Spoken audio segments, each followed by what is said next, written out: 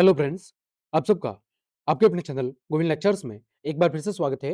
तो कैसे हो आप सब? आई होप आप सब अच्छे होंगे और आप सबकी बोर्ड परीक्षा की तैयारी भी धमाकेदार चल रही होगी। तो कई सारे विद्यार्थी बार-बार कमेंट कर रहे थे कि सर कक्षा 10 विज्ञान विषय की पुस्तक से आप महत्वपूर्ण डायग्राम्स बताइए कि कौन-कौन से डायग्राम संबंधी प्रश्न पूछे जा सकते हैं।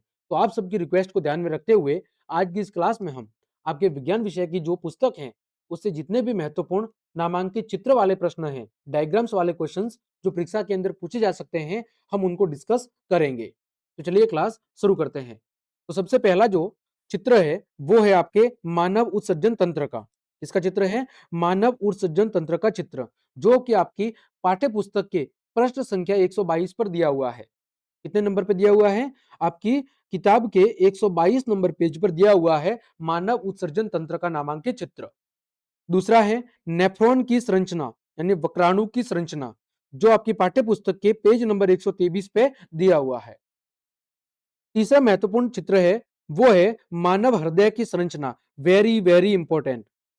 आपकी पाठ्य पुस्तक के पेज नंबर 117 पे दिया हुआ है। कितने नंबर पर? पेज नंबर 117 पे दिया हुआ है।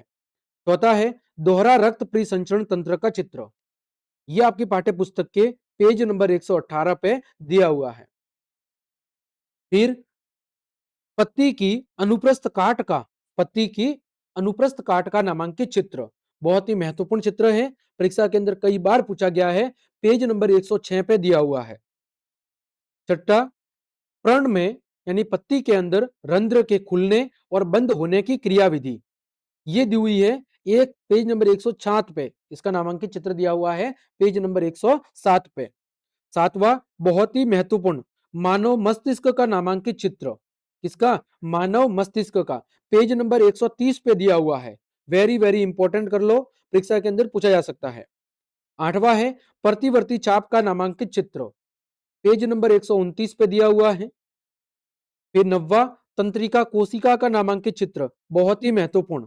तंत्रिका कोशिका यानी न्यूरॉन का नामांकित चित्र, पेज नंबर 127 पे दे रखा है। कहां पर दे रखा है? पाठ्य पुस्तक के पेज नंबर 127 पे दे रखा है। 10वां, रासायनिक समीकरण वाला जो पाठ है उसमें जल का विद्युत अपघटन, वेरी वेरी इंपॉर्टेंट कर लो ये भी।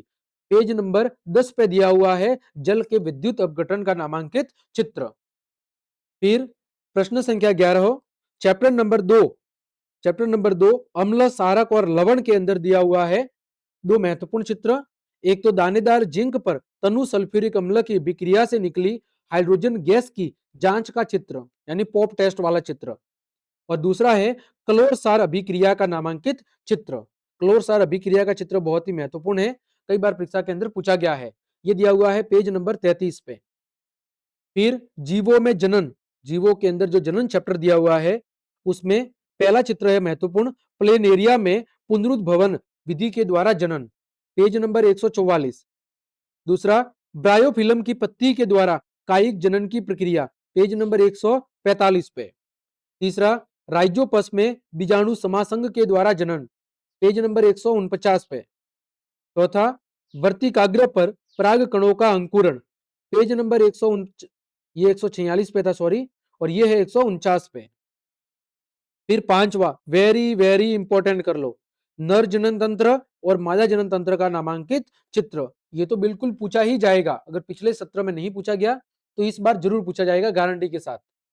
आगे बात करें आपका अध्याय अपवर्तन, कौन सा अध्याय है? अपवर्तन, प्रकाश का परावर्तन और अपवर्तन, जिसमें पहला महत्वपूर्ण चित्र है कांच की स्लैब के द्वारा प्रकाश का अपवर्तन, पेज नंबर 181 पे।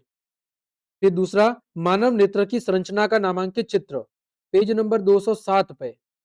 और अगला, निकट और दूरदृष्टि दोष युक्त नेत्र का संशोधन, ये वाला चित्र है 210 पे।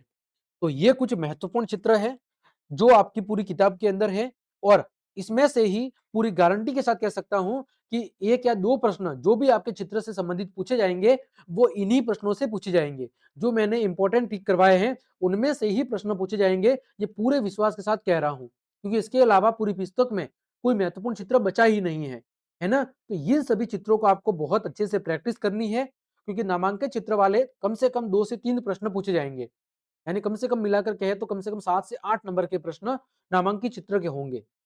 तो आप केवल जो महत्वपूर्ण महत्वपूर्ण है 4 से 5 उनको बहुत अच्छे से तैयार कर दीजिए। उम्मीद करता हूं इससे बाहर एक भी प्रश्न नहीं पूछा जाएगा। तो यदि आपको मेरी ये क्लास और मेहनत पसंद आई है तो ज्यादा से ज्यादा अपने दोस्तों को शेयर करें, लाइक करें, कमेंट करें। और यदि आपने अभी तक चैनल को सब्सक्राइब नहीं किया है तो सब्सक्राइब करने में बिल्कुल भी कंजूसी नहीं करें। तुरंत ही चैनल को सब्सक्राइब कर दे और बेल आइकन को जरूर दबाएं ताकि मेरी प्रत्येक क्लास की जानकारी आपको समय पर मिल सके। तो आज के लिए इतना ही। जय हिंद, जय भारत।